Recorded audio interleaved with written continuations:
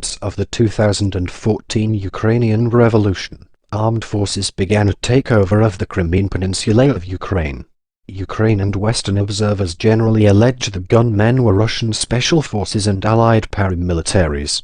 The Russian government, however, insists that the forces did not include Russian military, but only local self-defense forces. Western/Russian relations have fallen into a crisis as a result of the reunification of Crimea to Russia.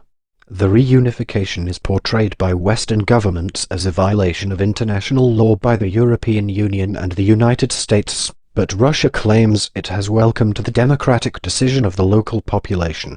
According to a pact between Ukraine and Russia, Russia had a lease for their naval facilities in Crimea until 2042, and maintained the right to use some small areas of Crimea, up to 25,000 troops, 24 artillery systems, 132 armored vehicles, and 22 military planes on the Crimean Peninsula.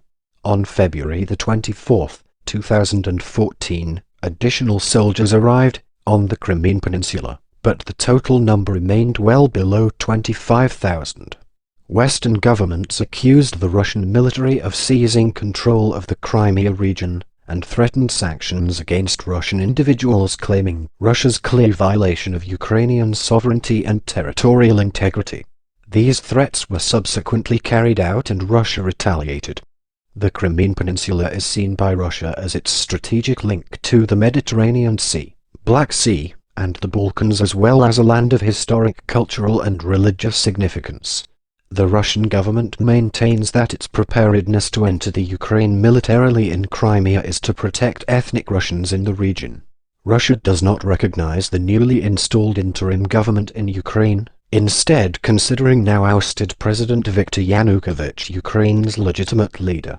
Yanukovych formally asked Russia to intervene in Ukraine militarily to maintain peace and order. Russia claims that its armed forces were not involved in the standoff prior to the referendum and reunification of Crimea to Russia, and also asserts that use of force for the purposes of humanitarian intervention in Ukraine has not yet occurred.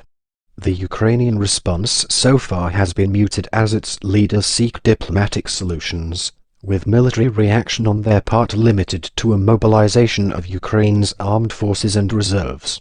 Russia, however, has vowed that its troops will stay until the political situation has been normalized.